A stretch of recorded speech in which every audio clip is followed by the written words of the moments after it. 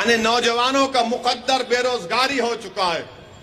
नौजवान को रोजगार नहीं मिलता, मगर भाजपा वाले सिर्फ हिंदू मुस्लिम टेंशन की बात करते हैं। मेरे अजीज दोस्तों और बुजुर्गों, जीएसटी के नाम पर कारोबार ठप हो चुका है। एक्सपोर्ट्स नहीं हो रहे हैं, एक्सपोर्ट्स बिल्कुल नहीं हो रहे हैं, एक्सपोर्ट्स कम से कम होते जा रहे हैं। इसका जिम्मेदार बीजेपी की गलत इकोनॉमिक पॉलिसीज, जिसकी वजह से आज देश को भुगतना पड़ रहा है। इसीलिए हम आपसे अपील कर रहे हैं कि इन तमाम चीजों को सामने रखकर आप जब विधानसभा असेंबली का इलेक्शन आएगा, अच्छे फैसले लीजिए ताकि आपकी आवाज विधानसभा में जा सके। मेरी इस बात को यकीन करिए कि आप में हम में इतनी ताकत नहीं है कि हम किसी पार्टी को सत्ता में आने से रोक सकते हैं, मगर आप हम में इतनी ताकत है कि हम अपनी इत्तेहाद की ताकत पर अपने पार्टी के नुमाइंदों को विधायक बनाकर गुजरात की विधानसभा में भिजा सकते हैं। लोग आपको बोलेंगे, लोग आपके आके दरमियान में कहेंगे जो आपके इत्तेहाद के दुश्मन है, जो आपकी ताकत के दुश्मन है, जो आपके मसाइल के हल को करवाना नहीं चाहते, जो जूहापुरा में डेवलपमेंट नहीं चाहते, वो आकर बोलेंगे एक मजलिस का जीत कर जाएगा तो क्या होगा। उनसे कह देना कि एक असदुद्दीन ओवैसी ने आकर हमारे दरमियान में खड़े होकर हमसे कहा कि भारत की पार्लियामेंट में मोदी के 306 एमपी हैं और उन 306 एमपी के सामने जब मजलिस के दो दीवानों में से एक आदमी खड़ा हो जाता हो तो 300 एमपी पर भारी पड़ जाते हैं भाजपा के। वो मिजाज आपको गुजरात की विधानसभा में मिलेगा इंशाअल्लाह ताला। हम भी गुजरात की विधानसभा में जाएंगे तो गूंगे, अंधे और बहरे बनकर नहीं बैठेंगे कांग्रेसियों की तरह। हम जिंदगी का सबूत देंगे और जिंदगी का सबूत लड़ने से मिलता है, गूंगे अंधे रहने से जिंदगी का सबूत नहीं मिलता। जिंदगी का सबूत इससे मिलता है कि जिसको आप अपना विधायक एमपी बनाकर भी जाते हैं, वो जाकर लड़े सरकार से। मुख्यमंत्री कोई भी हो, प्रधानमंत्री मोदी भी हो, तो उसके सामने सीना तान कर खड़े होकर कहे कि मैं भी भारत का शहरी हूं, जूहापुरा में बसने वाले मुसलमान हैं मगर इंसान हैं, इनको इंसानों की बस्ती के तौर पर देखने की जरूरत है और यहाँ के मसाइल को, डेवलपमेंट को हल किया जाए। ये आवाज आपको सुनाई देगी गुजरात की विधानसभा में, मगर ये दूसरी पार्टी के लोग आएंगे, वोट लेकर चले जाते हैं, उसके बाद आपके डेवलपमेंट के बारे में कोई बातचीत नहीं करते हैं। तो मेरे अजीज दोस्तों और बुजुर्गों, मजलिस इत्तेहाद और मुस्लिमीन का आप एक मर्तबा साथ दीजिए। आपने अपने वोट से और अपनी दुआओं से यहां से 3 अराकीन बल्दिया को कामयाब किया। आपने बड़ा सही फैसला लिया, मगर डेवलपमेंट करवाना है जूहापुरा का, इस इलाके का डेवलपमेंट करवाना है। इसीलिए आपसे अपील कर रहा हूं कि एक वोट का सही इस्तेमाल करिए। मेरे बारे में बहुत सी बातें बोली जाएंगी, मुझे इसकी फिक्र नहीं है। मेरे खिलाफ जितनी बातें करना है कर लो, मगर मैं मुझसे मोहब्बत करने वालों से, नफरत करने वालों से एक बात कह रहा हूं कि अल्लाह सुब्हानहू तआला जब तक असदुद्दीन ओवैसी को जिंदा रखेगा, मेरी जिंदगी की एक एक सांस जब तक अल्लाह बाकी रखेगा, मैं जालिमों से, उनसे मुकाबला करता रहूंगा। मैं मजलूमों की आवाज बनकर उनके इंसाफ की लड़ाई लड़ता रहूंगा। ये मेरी जिंदगी का मकसद है। मुझे कोई इख्तिदार का लालच नहीं है। अल्लाह ने मुझे 4 मरतबा एमपी बनाया, अल्लाह ने मुझे 2 मरतबा 4 मीनार के एमएलए बनाया।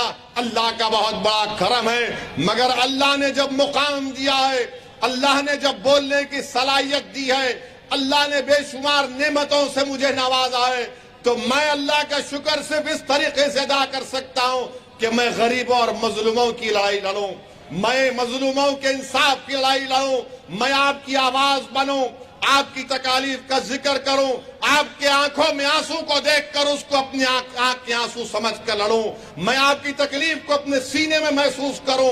ये मजलिस का मकसद है। मेरे अजीज दोस्तों और बुजुर्गों, मेरी आपसे गुजारिश है कि डरने और घबराने की जरूरत नहीं है। अब बीजेपी आरएसएस एक नया ड्रामा कर रही, और वो नया ड्रामा क्या है कि मोहन भागवत आरएसएस के सर संचालक दिल्ली में एक मदरसे को चले गए, दिल्ली में एक मदरसे को चले गए और मदरसे में जाकर उन्होंने कुरान की तिलावत को भी सुना, मदरसे के बच्चों को भी देखा और मीडिया ने इसको बड़ा खूबसूरती से रिपोर्ट किया है। ऐसा रिपोर्ट किया है कि मोहन भागवत ने बड़ा एहसान किया मदरसे में जाकर।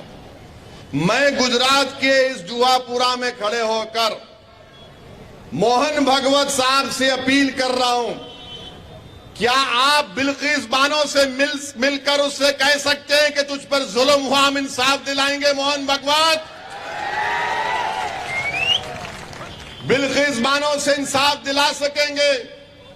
उस बच्ची को जिसको उसके पड़ोसियों ने उसका रेप किया, अस्मत रेजी की, बलात्कार किया, जिसकी 3 साल की बेटी का कत्ल कर दिया, जिसकी मां को और दीगर महिलाओं का रेप करके कत्ल कर दिया, उन जालिमों को मोदी बीजेपी की सरकार छोड़ती है और जब जेल से निकलते हैं ये इस तरह के लोग जो एक बच्ची पर जुल्म किए उस पर फूल बरसाए गए, क्या मोहन भागवत बिल्किस बानो से मिल सकते हैं? मिलो, मिलकर बताओ, बोलो कि इंसाफ ये होता है, मगर नहीं मिलेंगे। मदरसे को जाते हैं और आसाम में मदरसों को डिमोलिश कर दिया जाता है, मदरसे को जाते हैं और उत्तर प्रदेश में मदरसों का सर्वे होता है, मदरसे जाकर कुरान की तिलावत सुनते हैं और उत्तर प्रदेश में वक्फ की जायदादों का सर्वे किया जा रहा है ताकि मुसलमानों की वक्फ की जायदादों को उनसे छीन लिया जाए।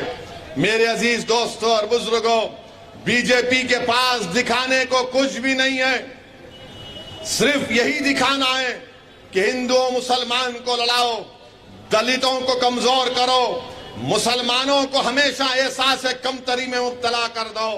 मैं आपके दरमियान में खड़े होकर कह रहा हूं, ये देश हमारा है, ये देश हमारा रहेगा। इस देश में हमारे बुजुर्गों की कुर्बानियों से, हमारे बुजुर्गों की मेहनत से, उलमाओं की कुर्बानियों से, अंग्रेजों की गुलामी से इस देश को आजादी मिली है और ये मुल्क को अच्छा करना, इस देश को ताकतवर बनाना, ये हमारी भी जिम्मेदारी है। याद रखो मुसलमानों, मेरी इस बात को जहन नशीन कर लो, आपने बरसों मुख्तलिफ पार्टियों को वोट दिया है, आज मजलिस आपके दरमियान में खड़े होकर कह रही है कि अब वोट लेने वाले बनो। आपने हमेशा बरसों से वोट दिया है, आज वोट लेने वाले आपको बनना पड़ेगा। कांग्रेस को वोट देंगे, भाजपा को कांग्रेस नहीं हरा सकेगी, वो कोई एक और नई पार्टी आई वो भी भाजपा को नहीं हरा सकती।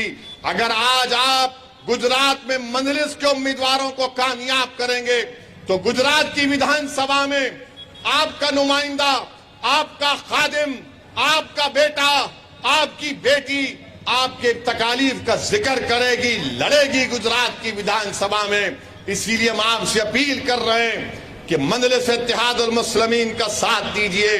याद रखिए, वतन अजीज में यकीनन बेशुमार तकालीफ हैं, मसाइल हैं, मगर इसका हल क्या है बताओ आप मुझे, क्या हल है इसका?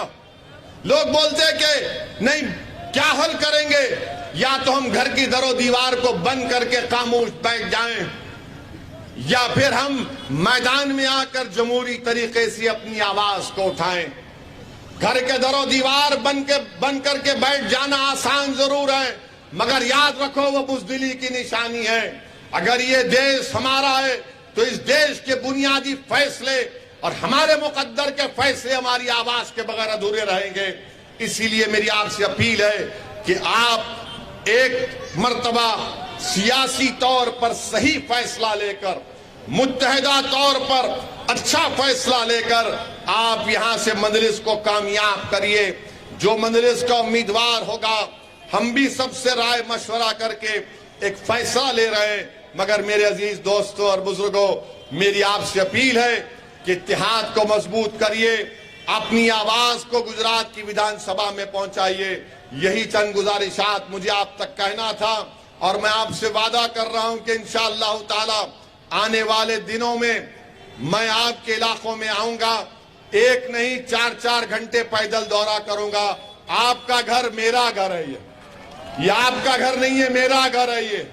मैं आपके घर पर दरवाजे पर आऊंगा, आपका बेटा बनकर आऊंगा, आपका भाई बनकर आऊंगा, बल्कि अगर आप कहेंगे तो आपके इत्तेहाद की भीख मांगने में आपके दरमियान में आया हूं। मैं अपने लिए नहीं आया हूं गुजरात को, मैं इसलिए आया हूं कि आपके मसाइल हल हो जाएं। मैं अपनी इज्जत या अपनी दौलत या अपनी अनानियत में इजाफे के लिए नहीं आया हूं। मैं आपके दरमियान में आया हूं, आता रहूंगा ताकि जुल्म का खात्मा हो सके। बताओ, एक जुहापुरा मुसलमानों का इलाका है और उस बुनियाद पर उसको नजरअंदाज कर दिया जाता है। इससे बड़ा जुल्म नहीं हो सकता। बहरहाल मुझे यकीन है कि आप हमारा साथ देंगे और हमारी सरपरस्ती करेंगे, हम हमारी गलतियों को सुधारेंगे। यही चंद बातें मुझे आप तक कहना था। आपका बेहद शुक्रिया। अस्सलाम वालेकुम व रहमतुल्लाहि व बरकातहू।